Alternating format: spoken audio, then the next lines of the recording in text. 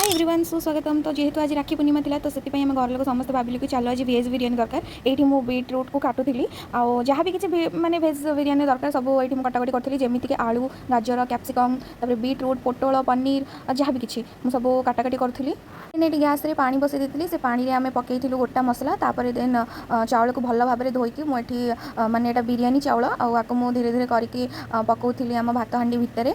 Then ये कड़े नहीं कि पियाज पकाउली कहीं आमको पियाज छाणी माने अलग रखिबार था जहाँ भी सब। देन सैड्रे मुझे देखा कि देख मुझे केमती सब रखा रखी पूरा साइज करके रखा रखी कर मत सुविधा हम। देन ये मुझे भल भाव पियाज को ये माने गोल्डन ब्राउन है पर्यंत मुझे भाजुली।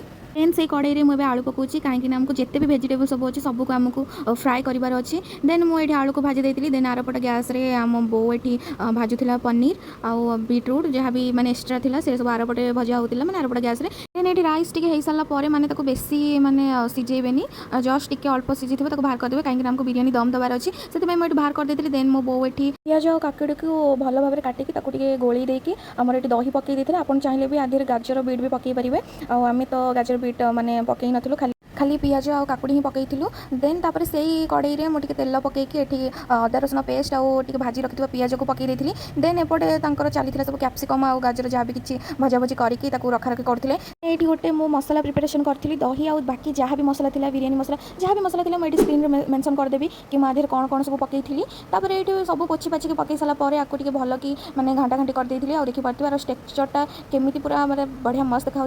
देन तापर ये भाजी रखी सबूतिक भेजिटेबल्स को मोर पकई देकी कड़े भल भाव गोला गोली करके पकई देती। ये देखिए केते सुंदर देखा जमी लगुला मुझे माने मिक्स तरकारी ही करुँची और से भाया बास्ना भी आसला और से भाया टेस्ट भी देखा जाऊला आपण मानक तो देखिए जानीपे केते सुंदर ही देखा।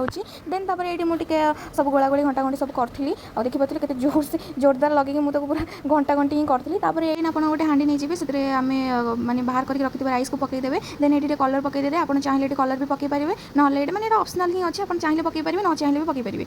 देन ये आम जो मिक्स भेजटा बनई सेटा को मुझे पकई देती। देन तापर ये माने राइस पकई देती।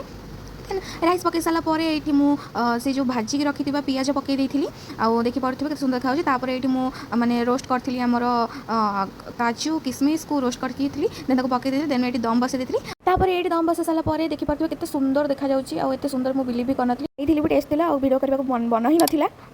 देन आज पुणी देखा नेक्स्ट ब्लॉग रे बाय जय श्री जगन्नाथ।